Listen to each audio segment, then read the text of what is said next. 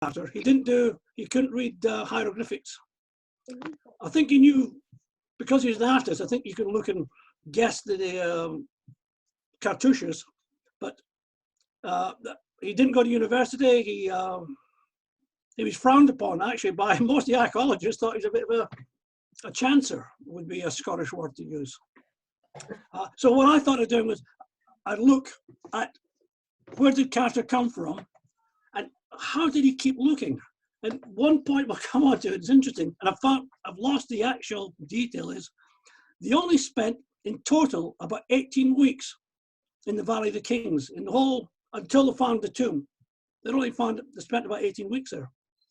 There wasn't the whole life work going around the Valley of the Kings. They were in for a couple of weeks and they disappear for another 9 months. So, and I found some old photographs in that. So I'll just wait and see if Rebecca's coming on.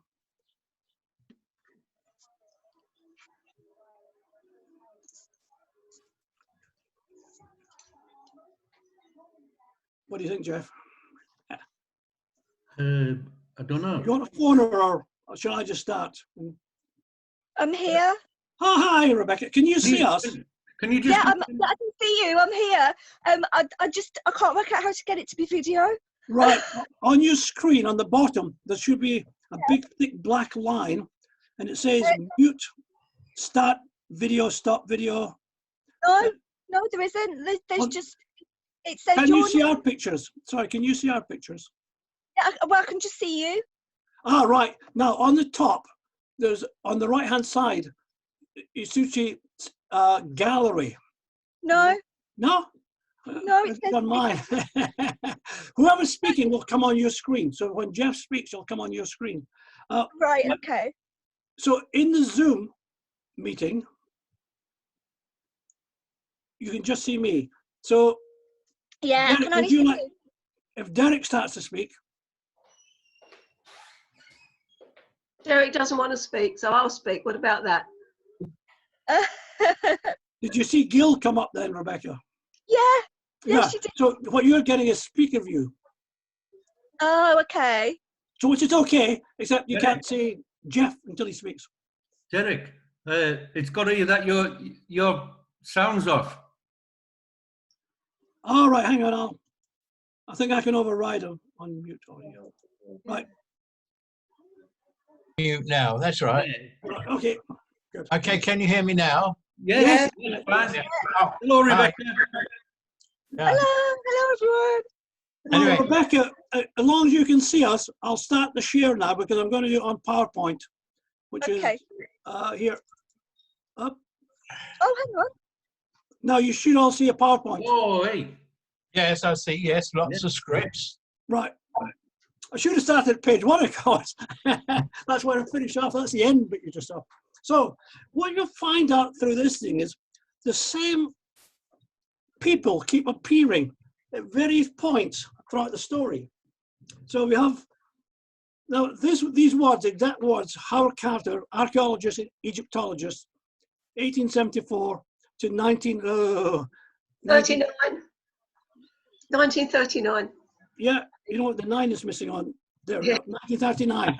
Right, and there he is. That will appear at the end, by the way, and you'll say, "Ah, that was interesting." This is an early picture of Carter. Right. He was born 1874, 9th of May, in Kensington. The Encyclopedia Britannica gives his birthplace as Swatham, but that's where he was brought up.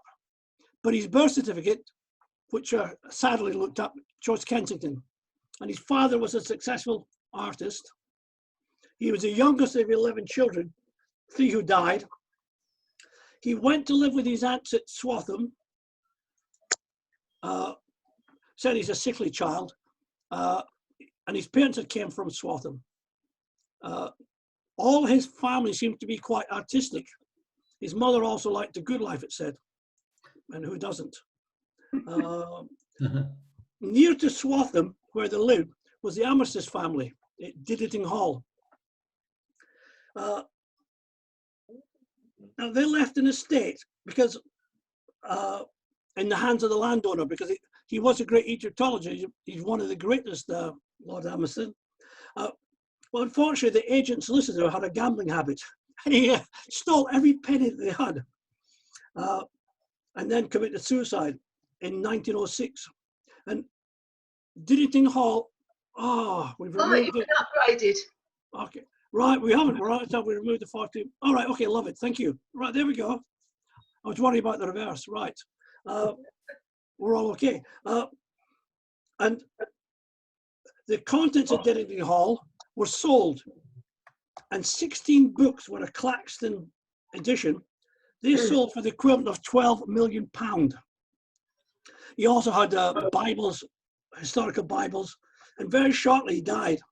And the title passed to the Baroness, which is unusual, Mary, who again will appear.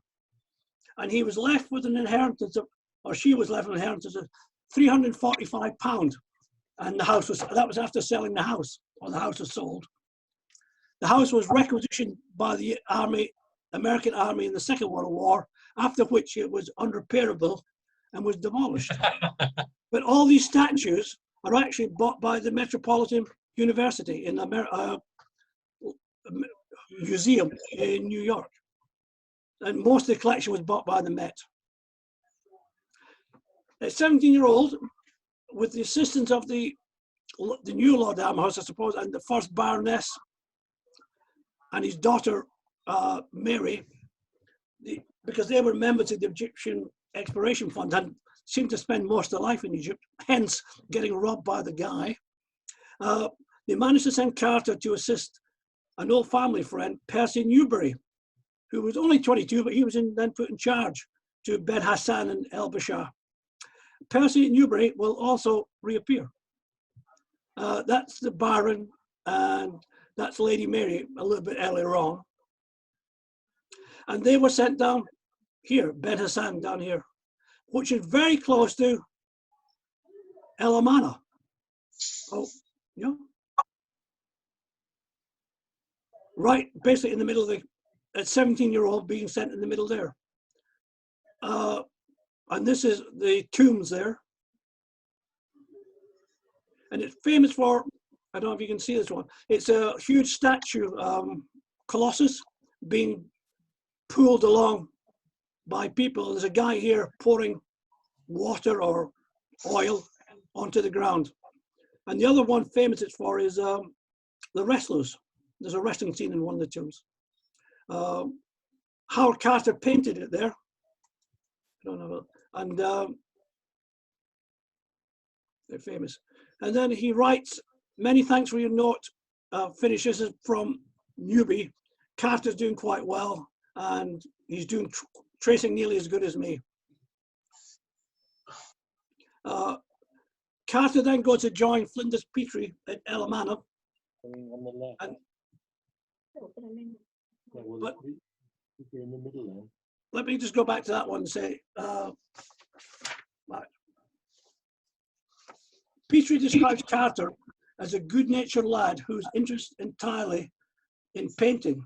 It is no use to me to work him up as an excavator. Petrie then says about 30 years later, when they find the tomb, it's only lucky it's in the hands of Carter, but there you go. Petrie's rules were strict. No chairs, no tables, packing cases for furniture, a month's supply of tinned food and other necessities provided, and a small paraffin lamp to be debited to Carter's account. Never throw away an empty tin, he was told, as they're good for storing antiques. No servants, Carter had to look after himself. And after a week shadowing Petrie, they set to work in the Amherst territory because Lord Amherst had purchased, still had some money, had purchased part of the Petrie's dig area at El Mana. He also he put paintings in the Daily Graphic, and that was the first Carter drawing to be published, and the pictures of Akhenaten's royal tomb. He also drew up the boundary markers at Amana. Then he worked with Percy Newman again in an abortive campaign to copy scenes and inscription in the Nile group of the private temples. It doesn't say why, but one would imagine that if somebody else had the concession, they wouldn't want anybody else working in.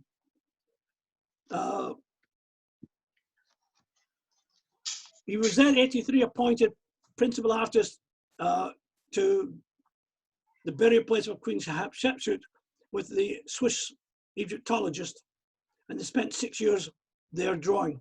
This is the Swiss archaeologist, and this is one of Carter's many drawings. Right. 1899, Carter is hired by Gaston Masprepo. Picture coming up, I think. Yeah.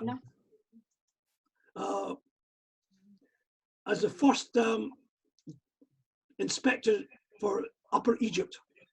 He supervises all this stuff down there, and he's famous for what he did was at the Valley of the Kings, he increased the size of the path and he made a shaded area for 100 donkeys and the boys, obviously for the tourists. And he put electric lights in the temples up there and at Abu Simbel.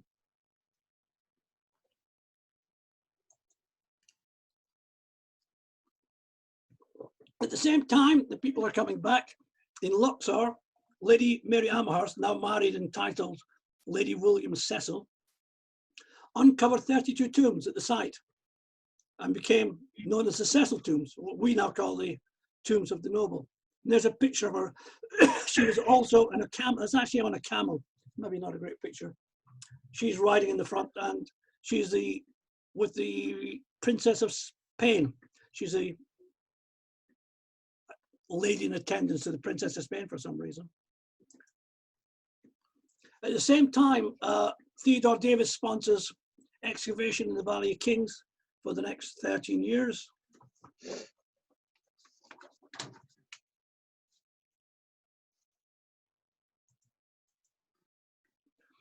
Carter's asked by Lord Amherst to sponsor an official government up high on the cliffs because Davis has got the expedition down below.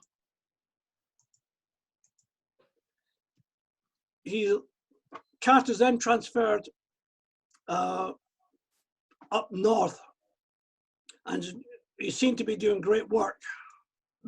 1904, but in 1904 he has something called the Saqqara affair, which took up the place of the sacred bulls.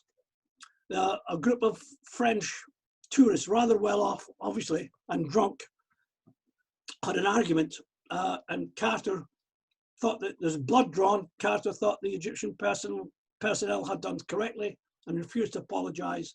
And they had him, Carter was then moved up north, up to the Delta, and he resigned. And Flinders Petrie, they all come back, in his book, says, for the 6 weeks my wife excavated at Saqqara, copying mastabas, and you had some women there. On Sunday, some drunk Frenchmen tried to force their way into her huts and was stoutly resisted by the cook boy. They went on to the official house and began to smash furniture and fight the native guards. Carter, then inspector, was fetched, and he very rightly allowed the guards to defend themselves till the police could come. The indignity of letting a native arrest a Frenchman weighed more than the indignity of being drunk and disorderly. And with proper respect, Carter refused to apologize for doing his duty. For this, on demand of the French, he was dismissed from the service, and perhaps the dirtiest act of the subversions of the French arrogance.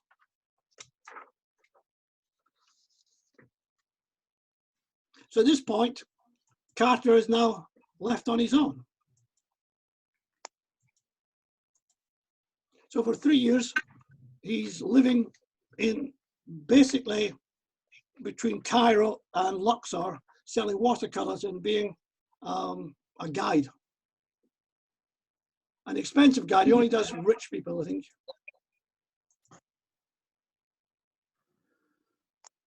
Oh, that's just a layout of the main ones that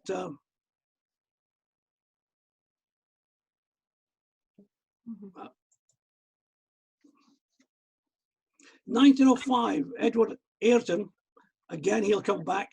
working for Theodore Davis, he's come back, finds us a light blue Fane's cup with the cartouche of Tutankhamun's prenomen Nebuchadnezzar, you know, which has been catalogued, been found 12 feet under the surface. And the clue is there near Ramses VI. And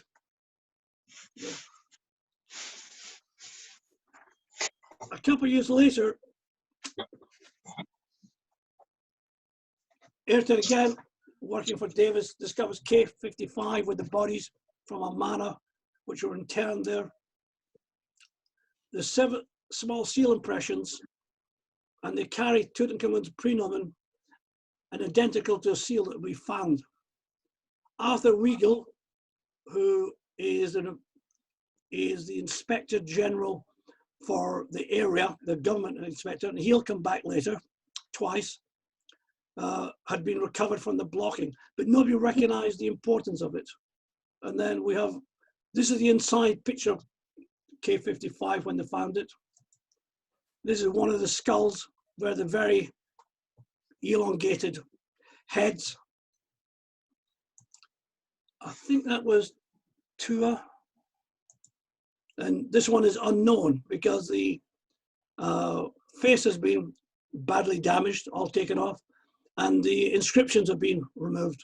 Although they left all the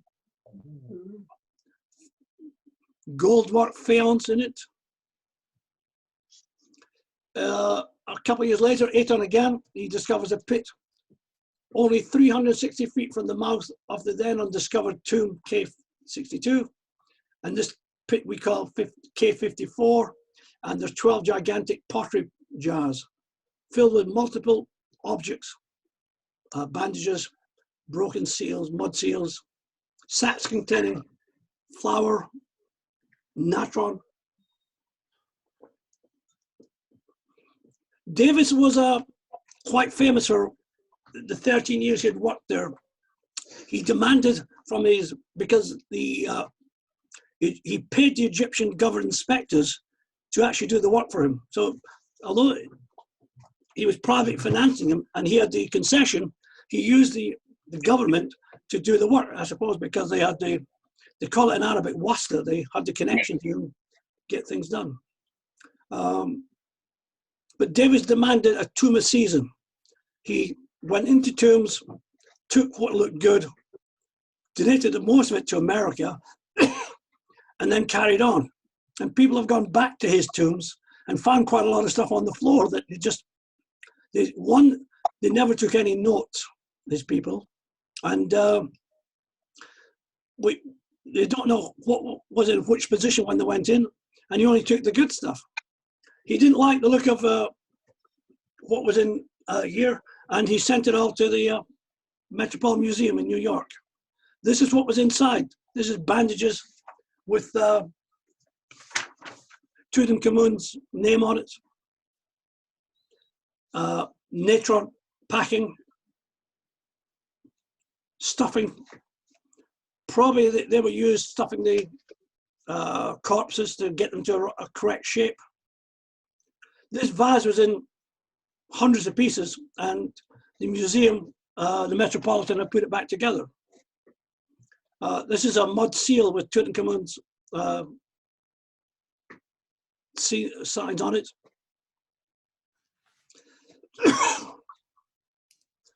And he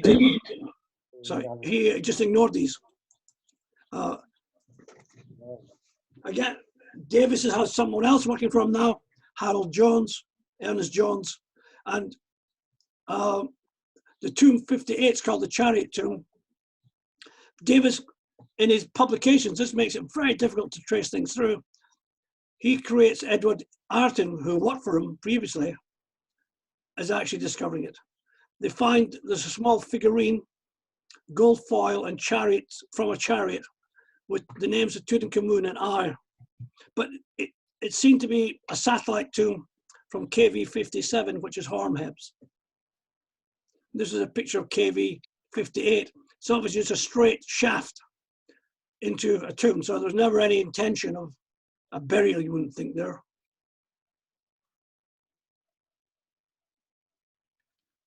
1907, at the same time, then Carvin undertakes a sponsored excavation of the noble tombs in Derabara, and he supervises the workmen himself. But overall control is exercised by Arthur Weigel, the current chief inspector for Upper Egypt.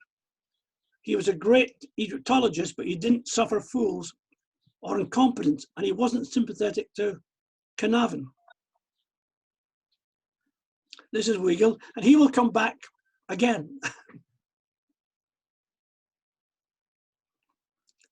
In his second season, Carnarvon has greater success, and he ignores the advice of Weigel, but he realized that he wasn't doing that good, and also he was in very poor health.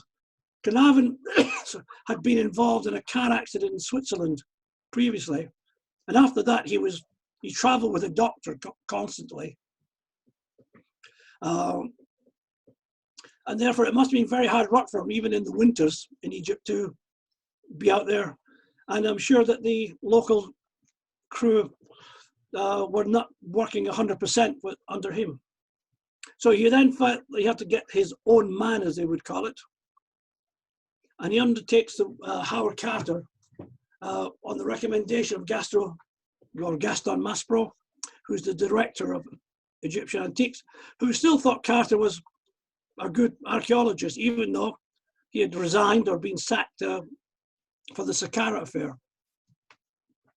And this is a letter of Maspero's, 1907, and it's a part of it is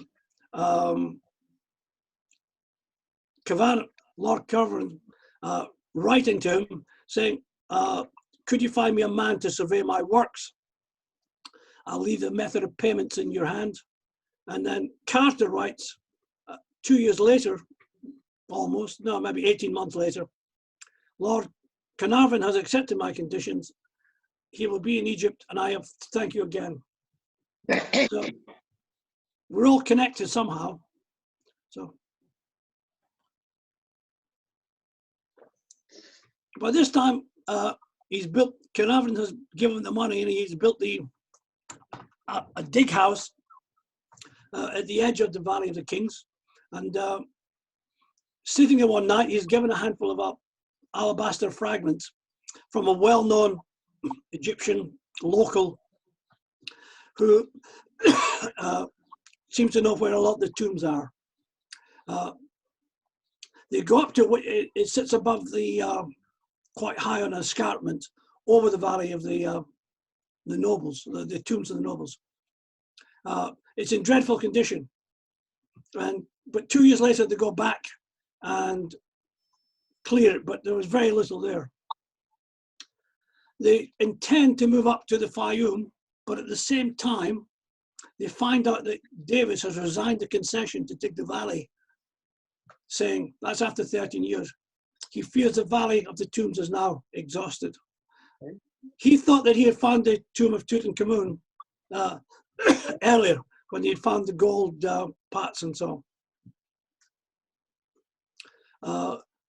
Giovanni Biasta had already said 100 years earlier that there's no more tombs left, and obviously he was wrong as well. But Carter and Carnarvon received the license, and they allowed to dig there. But unfortunately, World War I breaks out. Lord Carnarvon returns to England. Carter still thinks he has to keep working in the valley for the concession, and he works there half-heartedly. But for most of the time, he's in Cairo for British military intelligence, but being paid a retainer by Lord Carnarvon and living free at the Sight House. He also has a commission from Alan Gardner, who plans a deluxe volume of paintings based on what Carter has done. So Carter goes to the Temple of Luxor, copying the colonnade, and it was completed under Tutankhamun when he restored the temples. But all his names had been erased and had been replaced by that of Hornheb. So although he's copying them as Hornheb. Lord Carnarvon near the end of the war, asked for permission also to dig at El Amana, but the French new director isn't very pleased with Carnarvon and only gives him permission for going back to Middle Egypt. Right, at long last they go to outside Ramses, the 6 KV9 and opposite KV55, start to dig, but they're limited because of the visitors. Carter clears down to the bedrock, but doesn't make it. It's a very small triangle area, and there's some stone structures. They're called workmen's huts all the time, but the workmen probably didn't live there. They, as far as we know, they walked back all the way to Dera Adina. So he stopped because of the visitors.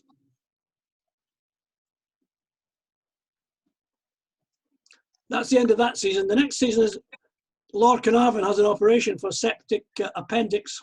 It takes a long time to convalesce. Carter moves down to, or up, as the case might, to Middle Egypt, but finds very little. So he returns to an area deep in the valley, but due to nowhere near where they're going to find the tomb, but due to civil disturbances, Carter's appointed political officer. The troubles eventually calm down, and Carter returns to live in England. And again, no digging done near or anywhere near in the valley. Carter again, far into the valley, vast amounts of debris at this point. So he has teams of workmen and sets up a duvrill with trucks. And that's basically a set of rails and trucks with no engine. And the Egyptian workmen fill up the trucks and push the trucks one by one along the track. And in most cases, they don't have enough track. They go and pick up the last track and put it at the front, and they move along, just doing that. Lord Carnarvon returns and work continues excavating. Let me do this. Right. It wasn't up. Right. Lady Carnarvon and the daughter, Lady Evelyn, are assisted. They actually live, interesting, they live at the Windsor Palace, and Lord Carnarvon stays with Carter at the dig house, which is quite peculiar. The ladies are assisting at a dig with Carter, and with their own hands uncover 13 large alabaster jars inscribed, well, basically for one of the sons of Ramses II. It is often thought that that was a setup by Carter to try to get the girls or the ladies very keen on digging, and so that their father would keep funding him. He then proposes to recommence claims at the workmen's huts under KV9, but time ran out. So they schedule the work at where they're going to find the tomb in autumn 1920. This is 1920. It says view of workmen's huts, but I think it's just workmen's huts nearby. The date matches, but it doesn't look quite the area it could be. But the huts are just hard to recognize as huts. 1920, early December, work recommences at the huts, but it's only able to cut away due to the tourist season and the forthcoming visit of a sultan. So he moves his team to another part of the valley away from Tutankhamun's tomb until the end of that season. His scheduled restart is autumn 2021, but he has a gallbladder by the same surgeon. He comes back again, who operated on Lord Cavan. That's 1921. Sorry? Oh, 90, well done. Well, thank you. You know what? Thank you. Well spotted. Who else? Jeff, you're not awake. Come on, chip. Anything like that, please, because this has not been checked. All right. So Carter now is in hospital for 6 weeks. They were good hospitals then in the old days. They didn't like to throw you out. And then he has 6 weeks convalescing. So that's 12 weeks after he's been, so he's still in England. So it's 1922, January, before he gets back. And Lord Carnarvon is a couple of weeks behind him. February, they start in the valley, but in a different place. And there's so much rubbish from Theodore Davis's excavations that it took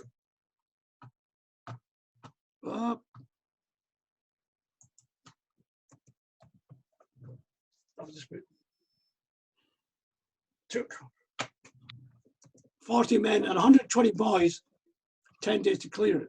Because again, Davis his style was dig where I want to dig and throw everything just behind me. Now don't take it away, probably don't even sift it. So he was throwing the rubbish down and then probably covering other things up. So early March, the season ends, and as Carter says in these notes, there was very little to show for it, which is quite dramatic, because he's then summoned to a meeting at Highclere Castle, and he agrees to continue funding, where Lord Carnarvon agrees to continue funding for the final year. Part of the story is that Carter offered to pay for it himself the last year, or the last season, and to embarrass Lord Carnarvon. So it's the last season, he's getting funded, he comes back, it's urgent because there's no more money, and he spends 2 weeks in Cairo shopping, looking for antiques, and on his own behalf, because he had other customers, Carter was selling it particularly to Americans. But by the 27th of October, he's back in Luxor. And it's back to KV9 underneath it. They remove the workmen's huts. They find more huts. This is the basis of huts. They're not actual huts, they're just foundations.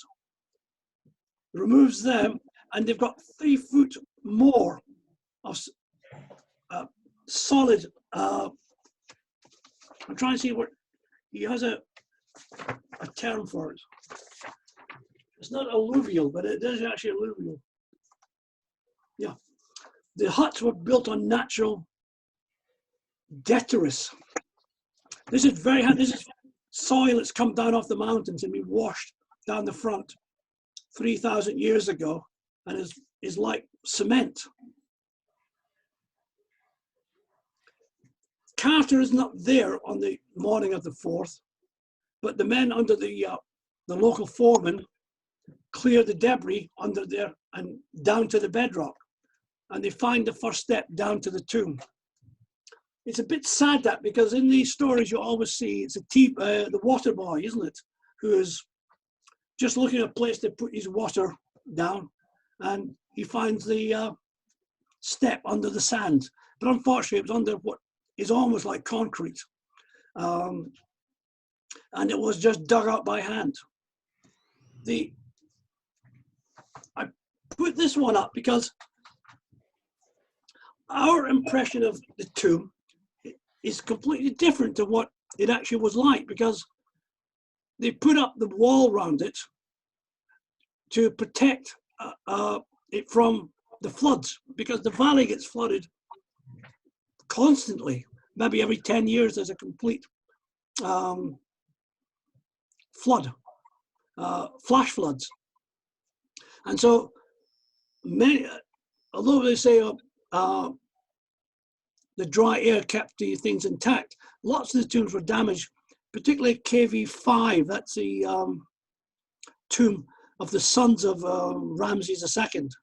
That's Professor Kent did all his digging there. The guy did the Theban project, the mapping, Theban mapping. Weeks. Sorry? Weeks. Weeks, yes, Weeks, yep. he did KV5, didn't he? He dug it out, and that was completely, utterly. Once they couldn't even find KV5, but once they found it, even though it'd been marked, obviously KV5, it's one of the first ones to be found. It was one of the first ones to be lost, but it was completely, utterly full of basically sewage and water and mud. So, although we see it as these steps going down and then you do the turn, all that has been added just to protect it. This is what they found. And these stones are existing because this is basically day one of it. And it has Burton. I'm sure somebody says it's Harry Burton's photograph, but Burton didn't arrive there till much later because Carter was taking his own photographs, most of which did not turn out very well. So the stone structures are there because that's Ramses VI entrance above it. So it's the walkways up to Ramses. And here, you can see the dig down here they've got of that solid rubble, completely like concrete. And this is obviously Carter, Lady Evelyn, and Lord Carnarvon, a little chair. And you can see how steep it is. It's just vertical down. But when Carter found it, he said, typical 18th century. So I didn't think so. This is another view of it, just how steep it is. But the stones are existing. Carter says that with enough steps being cleared, they come to the plastic blocking that was down below. And Carter could only see, they didn't dig it all out. Because of the angle, I suppose it's almost, they got it horizontal.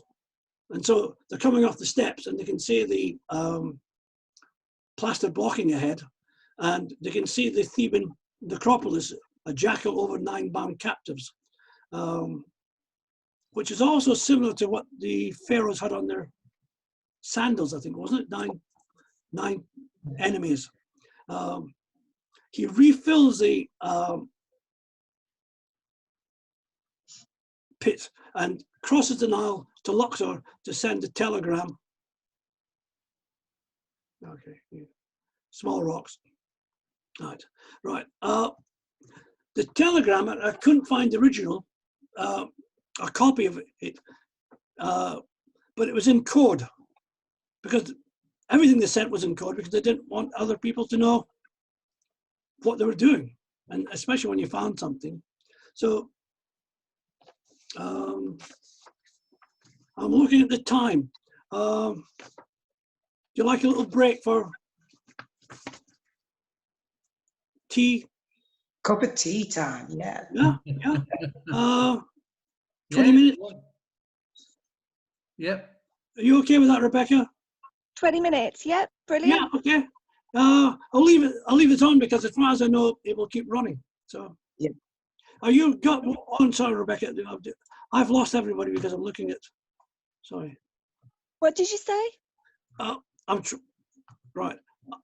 This is. I'm not used to this either, by the way. Let me just say, right, share.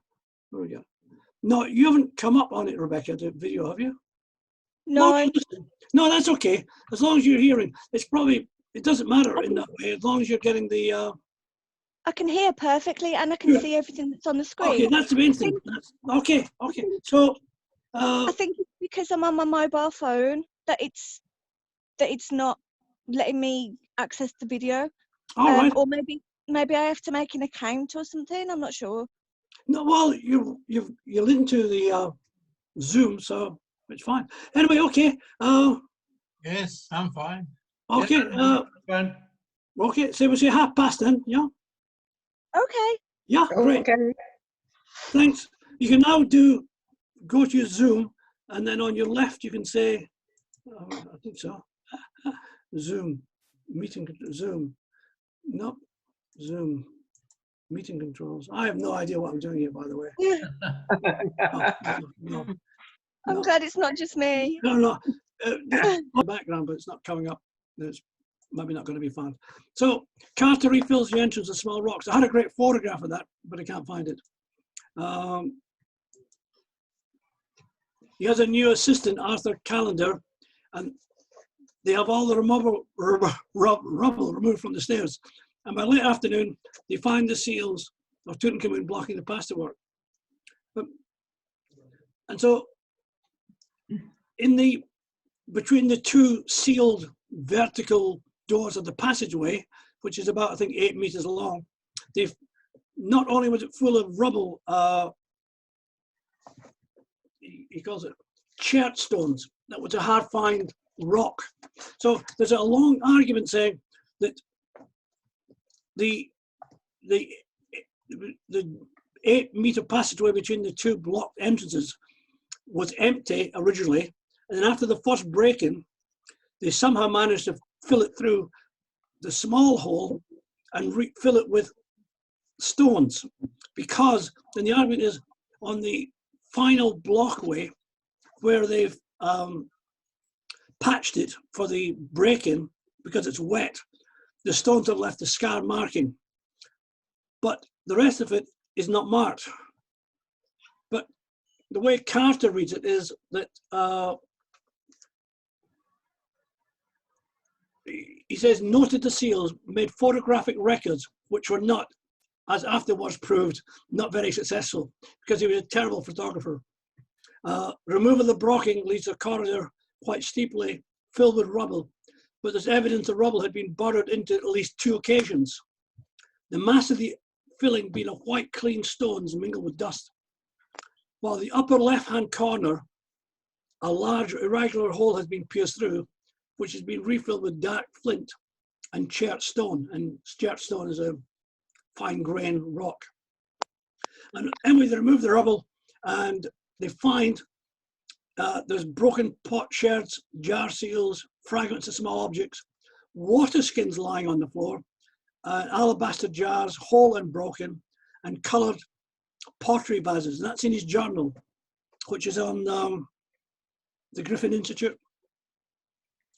They clear the 8 meters of rubbish, and they come to the final mud plastered blocking again with impression seals. On the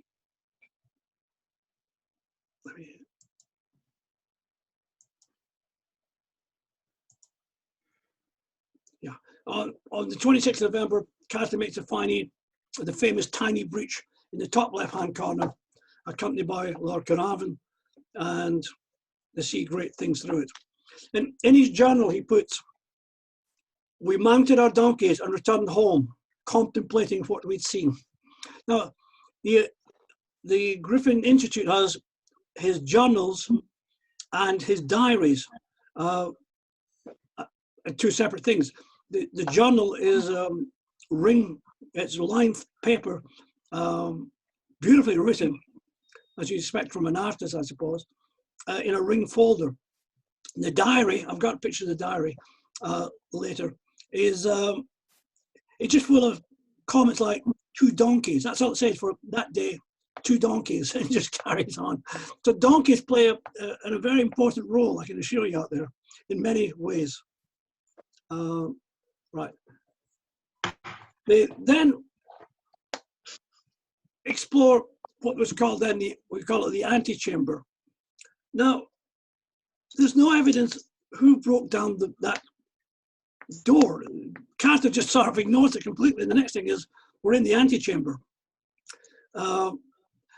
When they're in there, the 3 of them, they perceive an aperture in the rock wall, which is straight ahead of them, and it's another sealed doorway into what was going to become the annex.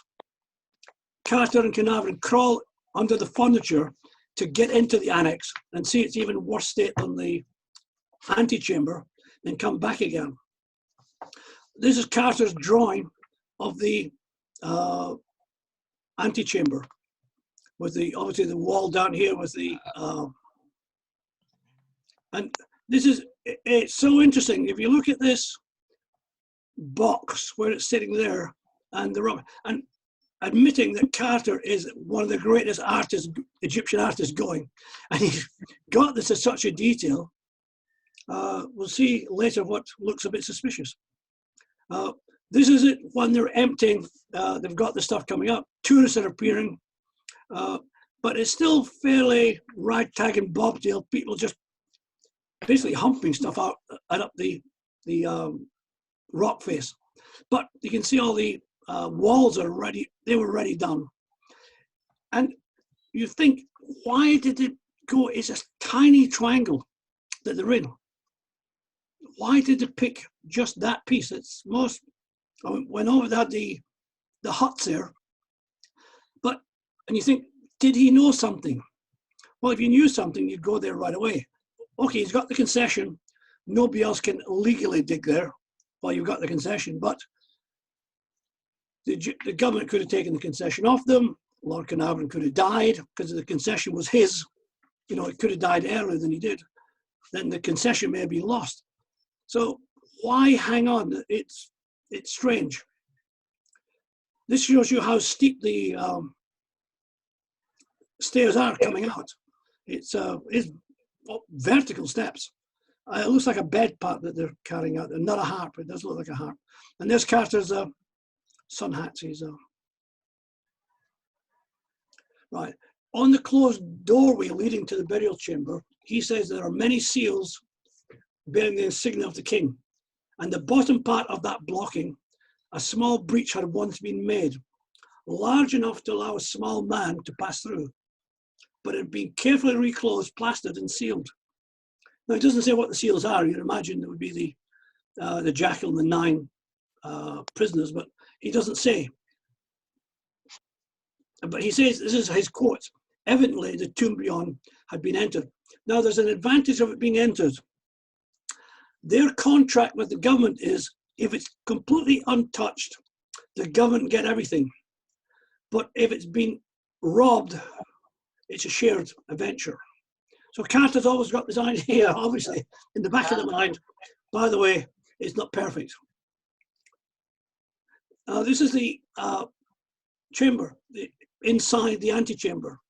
Now this box is now sitting in a different position than it was, because it was hard up against the wall.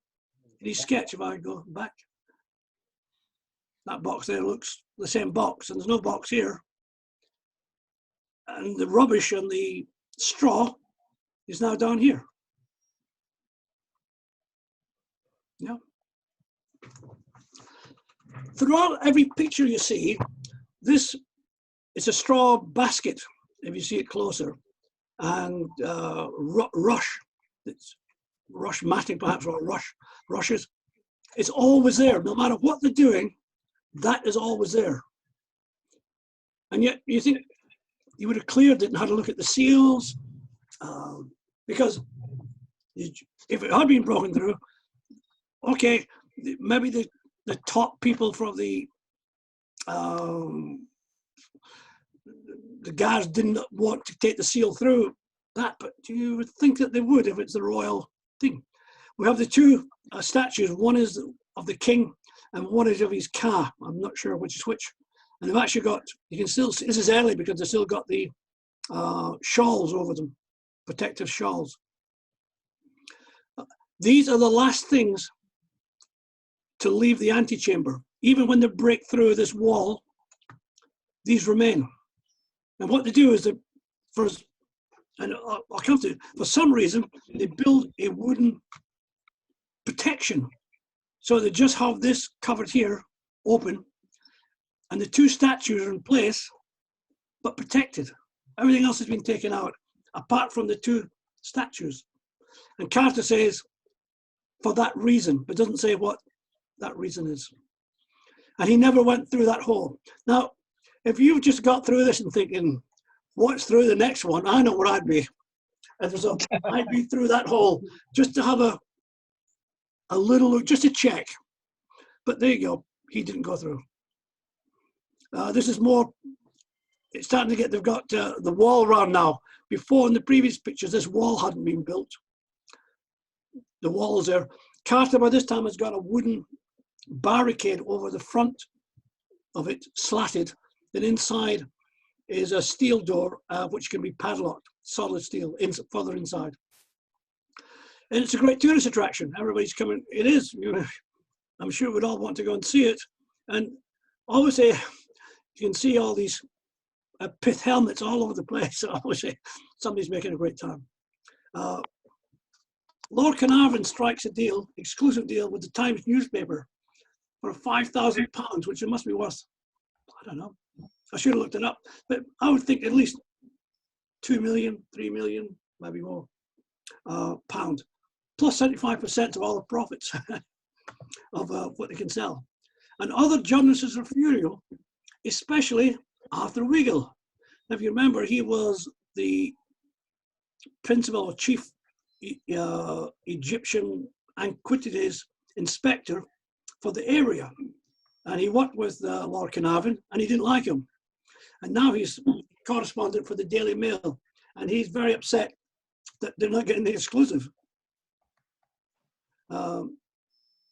So on February 16th, Carter opens a sealed doorway leading to the burial chamber, and the 2 sentinels are the only items left for a special reason. And they're still there, and the rush matting is still there. Now, this part 28, item 28, is for, I think it says seals. So they do try to keep the seals, but yet he wasn't that interested in what the bottom one was. I know that when he did look through, he made a small hole. He said he could just see a wall of gold. I can't remember where that comes from. It's probably his journal. Now, and why not take all the wall down? Well, you had the protection, because they had the wooden protection on these 2 statues.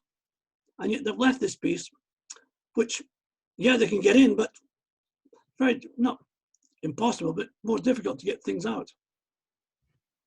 This is a picture just inside the burial chamber, just to show how tight it was, how difficult it must have been working in there, and how they ever built it. When the Egyptians built it for the pharaoh, they must have put it in sections as well, because they're so huge you wouldn't get past the sarcophagus.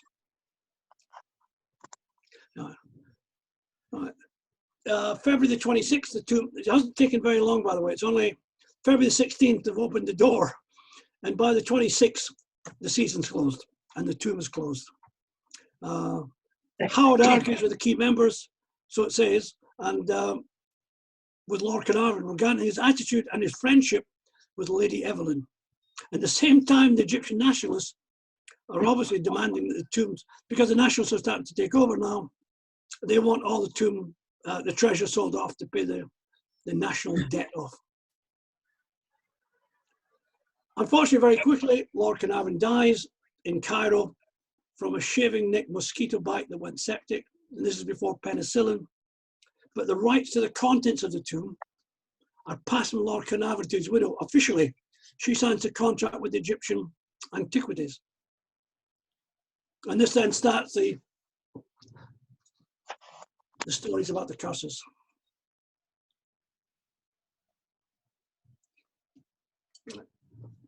In the tomb, and this is from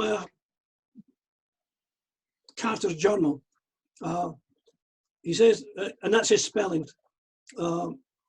He says, Semeraka is there with the titles, and I, and he spells it A-I, we would spell it A-Y now. And he's looking at the paintings, and Semeraka's title appears on quite a few of the boxes, the lids of them, embossed in it in ivory. And such, he thinks that somewhere there's a co-regency. The government then banned women from entering the tomb because they're Egyptians. Why, we don't know. And that leads to diplomatic problems. He locks the doors up, takes the key, and the French director demands the keys be given, and Carter refused because Carter and Lady Carnarvon still own the tomb, basically. Then the director is authorised by the government to reopen the tomb and resume work. Carter refuses, and it all comes to a grinding halt. Carter goes to the United States to give lectures. The Americans are amazed to find that he's English, because almost all his team are American. And because the University of, I'm trying to think where, they supplied, maybe the Met, but one of the main museums supplied almost everybody. Right. But in 1925, work continues and the inner coffin is open. That's his diary. And I love it. It's a Let's diary. It's Indian and colonial. And I think that's half a page a day you get. And it's a rough diary. So I have no idea. It probably has a different meaning then than it does now. You wouldn't go to Wimbledon Common with that, or is it? This is his journals. Can't zoom them, I don't think. Yeah. Difficult to read. Very, isn't it? It is. You can see the word there, something between the, maybe tomb. It's very difficult. Yeah. Luckily, if you go on to the Griffith Institute website in Oxford, they have all the journals. This is taken from there. And they also have it transcribed page by page. Not quite parallel, but within, you know, it is, you can trace it through. You sometimes got to jump a bit back. Because the way they've done the typing compared to what they have. But they have it side by side, and they have the diaries as well. But the diaries stop after about year 4. There's, I think, 9 years of diaries, maybe 8 years of diaries. Yeah, season 9 is the last diary. And it just stops dead, which we'll come to. And we're getting to there now. His last comments are the stonecutters arrived in 1930 to cut away the south side of the passage and entranceway, which I assume is the bit between the burial tomb and the antechamber, because they can't get the parts of the shrines out. Now, they obviously got them in, but I think it's when they joined them together in there, they interlocked them, and it's wood to wood, that's all they had. They can't separate them. Probably also because he thinks most of them are very fragile and may not make the trip back to Cairo. He says, this is one of his final ones, at the request of the Crown Prince of Sweden, he opens a niche containing the magical figures of the bricks. Now that's most peculiar. You thought that they would have, and he seems surprised what it is. We would have thought that they were done earlier on, because this is him finishing. Oh, there you go. He says it's a Osiris figure, unbaked, fine linen, and a formula has been engraved on it. And then on these dates, he's written the dates on, and absolutely nothing else, except this. But that could have been undated. It's east, west, west, lengths, some calculations, without explaining what they were. What I didn't mean to say, by the way, before, I'll just go back to that one. So it's, when Carter died, he was the 5th Earl Carnarvon, and he was titled Lord Porchester until 1890. He married Almina Wombwell, who was the illegitimate daughter of the millionaire banker Alfred de Rothschild in 1895. And Rothschild provided a marriage settlement of what is now £15 million and paid all Lord Carnarvon's existing debts.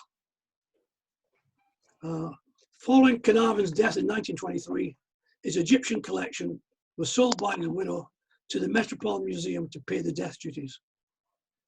Carter catalogued it and commented he left a few unimportant items at Highclere. Highclere is obviously the filming for Downton Abbey, except for the downstairs scenes, because the Highclere basement is the home of what remains of Carnarvon's Egyptian collection.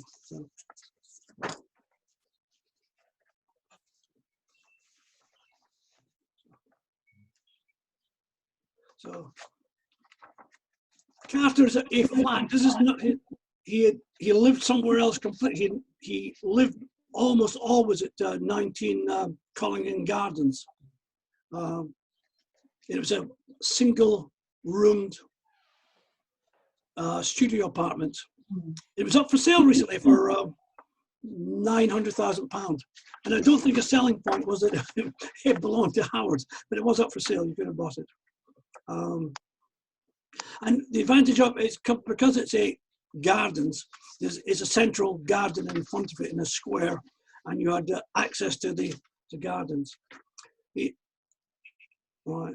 A few people attended, very few attended the funeral. He was a sick and broken man because he had Hodgkin's disease, and he never married and had no children. After his death, he left most of his goods, including antiques, to his niece. The antiques were investigated, and while many were legal, there was a large blue turquoise headdress bearing the cartouche Tutankhamun. There's also other bits around the world that particularly the Germans are very interested in. What did Carter and Carnarvon illegally take?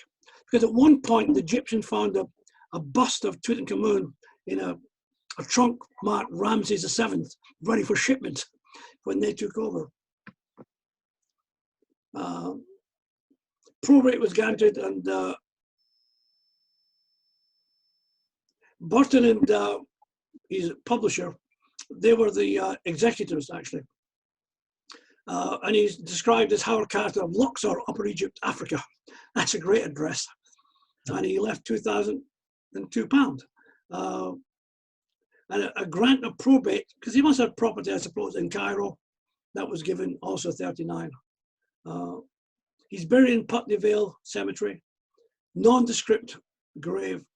Now, if you can remember at the very, very start, what number are we on now? 102. At the very, very start, I said, we'll come back to this. And if I flick down to 102, yeah, this headstone reads, that was it, the same headstone. However, and that was his original grave. But thanks to somebody called Paul Bonner, who I couldn't find anything about, he managed to get the British Museum to help and put it. It's still a bit sad looking, but it is better than it was. And what it says is,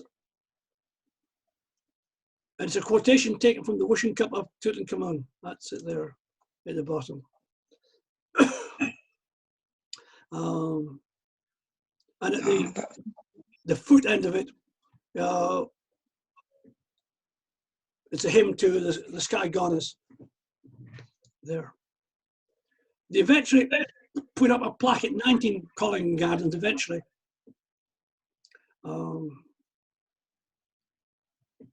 And that was him. Thank you. Thank you. Very good. Right, thank you. Thank you. So I will send, don't worry about the notes, I'll send that to everybody anyway with Thank you, Andrew. okay. That's very a struggle for you, but thank you. Yeah, yeah. Some little Well, it's one of these things you got to wait, and the problem is, Derek, like it started right away. Where was he born? Well, you think Exactly Britannica would actually know, but they don't. yeah, yeah, and there's quite a lot like that contradict. How long did it take to empty the tombs? What did it do? Who said what? So even Carter, I think, may have embellished the truth a bit. Jill has given a result to your talk on this, and these many little bits that emerge from different corners and they don't make sense. But like the photographs of Harry Burt contradict what has been said, and so on. And as I say, Jill has been looking into it as well. Yeah, I've stopped looking into it now. I can't get much further on that. I did the talk, so that's that. Good. But an interesting, couple of interesting things when in 24, when he downed tools, a problem which was to do with not allowing the colleagues' wives, I think, to go into the tomb on a particular event going on there. When he downed tools, which first strike in archaeological history, one assumes. No, there, bear up, the workers went on strike in second one. Archaeologists, if you like. Yeah, okay, yeah. Well, so, yeah.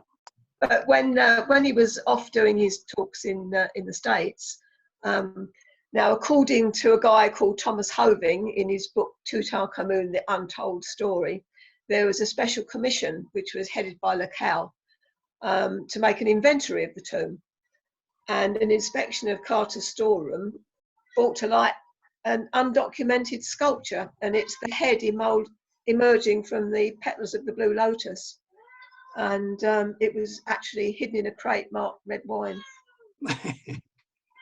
I mean, what did that mean? Was it going to be spirited away? I believe that Carter said it was undocumented, awaiting documentation. I think, yes, what he said was that But everything in the tomb has a number on it, so from to take the photograph. So yeah, but yeah. I don't think the authorities were particularly convinced over that. He said it was found in the tomb corridor, didn't he? That's why it wasn't documented. But why wasn't it? I mean, he was there. They were there long enough. Yes, no. Does seem a bit odd. Yeah. The other thing about the photographs is that Scandal. I tried to find. There's a photograph of the wall. I'm not sure which one with Tutankhamun. His skirt or kilt has got 23 pleats in it, but in the original photograph, he's got 27. Now I can't find that photograph. When he thought, well, I've looked through the Griffin Institute, and I couldn't find it. So, and it should be there, and the reason to say is that Carter probably had to look through looking for another room, they think. And it's one of these other mysteries. I mean, was he as honest as he was? Well, I don't think any of them were. I don't think any of them were. I mean, it's important to remember that the whole situation with everything that was found in the tomb of Tutankhamun is by no means original. Like things were going missing from digs undocumented on a regular basis. It's not like that was an original situation and they were the ones that were dishonest and no one else was. I literally think it was happening all the time, and we'll never find some of those things. Things have gone missing and have never ever turned up again, and still to this day no one knows where they are, probably in private collections around the world, but that people aren't going to admit to it now because they'd be forced to send them back. But it's not an original situation whereby they were the only ones doing it. They all were. They were all at it. Sounds feasible. Ah. Everybody's gone quiet. yeah. Well, Jeff, Rebecca, same time. When you think? Well, now that I know that I can do something like this, I'll definitely arrange. I think I might do our planned next topic, which was supposed to be magic. All right. So I might do that. I think what I'll have to do is make the presentation on my laptop and then email it and then open it up on my emails on my phone. I'm hoping that'll, because I can't tell how to You know how you were doing that screen sharing? Yes. How do you do that? Right. At the bottom of my picture, and it's on a laptop, it says on the bottom, it goes from left to right saying mute, video, security, 7 participants, chat, and then it says share screen. Right, is that because you set it up? Screen. No, no. When I say share screen, it gives me a choice. When I click share screen, it goes to my files that are open. So I've got PowerPoint already open. If it's not open, it won't show it. But if you've got it open, it gives you one of the options, and then just one of the options. Then is open PowerPoint, and then it opens PowerPoint and hides all the rest. But I could have showed you. Let me just see what I've got. I was looking for something else, but. But do you have the option to share screen because you started the presentation, or does everybody have it?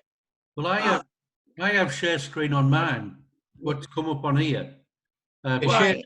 I don't know what to do with it. But it also came up, and here's a thing for the future, because there's only 7 of us on now.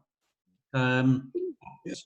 But we can click on invite and invite people to come onto it. Our Sylvia's just phoned up. That's why I left the room, and she didn't know how to do it. But All right. Okay. so there's a lot of people like that. So Yeah, sure. to get more people interested, if we click on invite and do it before the thing starts, Yeah. you know. And details to Jill. She puts it on the Sutton Egyptology Facebook page, and she publishes all of these. This is where she found you by going that way. Well, I've posted the link for this onto a few different sites. I know I did the Horus Society. I picked it up from Laura. Yeah. Yeah, that's me too. Yeah. And I think I may have done 1 or 2 others. I can't remember. I was just messing around. But I think I like the idea of different groups sharing like this and getting. Oh, good. Yes. So if you can put the. Well, it's just early days, isn't it, for doing things this way? Yeah. Normally, It's lovely. It's lovely chatting to you all about different things, even cats and dogs, and it's nice. It's a way of bringing people together. It is true. In a nice way. So if you can put the link in the chat on this, or it's got chat where you put on hello everyone from Sutton, from sunny Sutton. Yeah. If you can put your links on, type it in, and then we can share more information. And obviously, if you went on to Egyptology Middlesbrough on Facebook, you'd find us there anyway.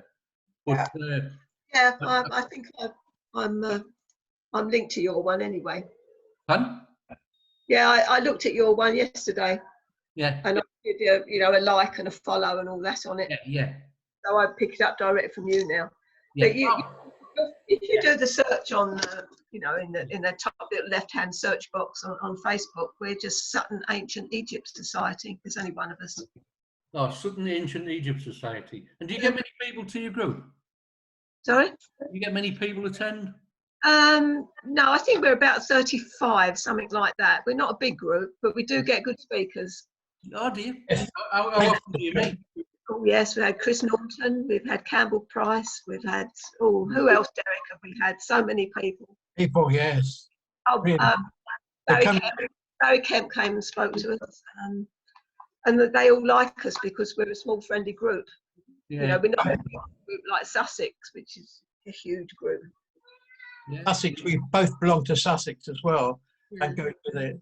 But they are a huge group, really enormous group. And but funny enough, Jill was marking, they haven't done anything at all so far. I don't know why, because they're such a big group and they have all the facilities to do it. But this is so interesting, and it makes a different way of passing lockdown, doesn't it? Yeah. We're meeting. Yeah, it's nice because we're meeting people that we would never have met. I mean, we would never be coming up to. I have been to Middlesbrough once, but I wouldn't be. You wouldn't sort of go all the way up there for a meeting. You like wouldn't go back again. Jill, I worked in the Far East and the Middle East many, many years. I know Beirut very well. And I'd rather go shopping downtown in Beirut than I would go down to Middlesbrough. Hobbins is not that good. Our boys have stopped Since I was last there, a few years. It is also the epicenter of the viruses, right? And Berwick Hills is allegedly one of the epicenters. Mm. So, Doesn't it have one? I think it has one of the highest death rates or something. Middlesbrough. maybe. I mean, I don't know for its infection deaths. I mean, Yeah. is it a different? I don't know. Once you're on that ventilator, there isn't much hope for you. I can assure you. Look at the. It's like no. It's like 60% don't get off of it. Yeah. Yeah. Anyway, that's not very cheerful. No. Anyway, I'd So, like, where are you? can I formally ask people to applaud, to give Andrew a round of applause? That was very. Yay! That was brilliant. And, Can't do the cat, Jill. I'm learning as we're going along, because I know nothing, you know. That's the first one I've done. Okay. Hello. Thank you very much, Andrew. No Yeah. problem. Thank you very much for you. doing that for us. It was so interesting. Okay, I've also got loads of stuff at the back. For Jill, I had. Where are we now? Oh, wait. It's just finishing. £8.50 off Amazon. Oh, very good. It's Yeah, beautiful work, beautiful done. yeah. And because it's by T.J.H. James, who was British Museum director or something. Yeah. Right. Okay. But Jeff, we also had what's her name through, didn't we? The red-headed one. I can't remember. Yeah. She was very good. Yeah, we had a. For those who don't know, we met 2 years ago. A couple of us met Joanne at an event, and she's as gobby as she is. She really is, and she started the conversation with us, and you know, we fell in love with her, and she agreed to come and speak to us. So we had a big meeting, about 80 people, Yeah, I bet. and we could have, you know, for a small group to get 80 people, and we were charging, you know, it was good. And she came back, not to actually speak to us, but to a local museum. But because someone in the audience, our audience, worked for the museum and seen it, and they got an invite, and so it was nice. And she said she'll come back anytime. So, but I think we also need to look for other speakers as well. Even her husband or a partner, I don't know if you know, is Steve Buckley. Oh, yeah, Stephen Buckley is very good. Yeah, Yeah. Steve Buckley, yeah. They are our, well, I don't know what you'd call them, sponsors, whatever. So for Horus, Oh, so they come every year to us. patrons. Is Yes. that patrons? That's the word. Yeah. I was thinking of asking her to be patron to ours, but we haven't got a formal society. No. So we're all, it's just an ad hoc group. We just meet. We don't have any minutes, no nothing. So it's a bit pointless having a patron. Yeah. Yeah. At Sutton, we're coming up to our 10th anniversary. I see. On the founding of it. Yes, in October, I think it is. Yes. I asked Steve what he thought about the goods that were in Tutankhamun's graves, and he thought most of it was Armana rejects that was seen to be unclean, Probably second. and they couldn't be melted down, and they just got rid of. That was his thoughts. That's interesting.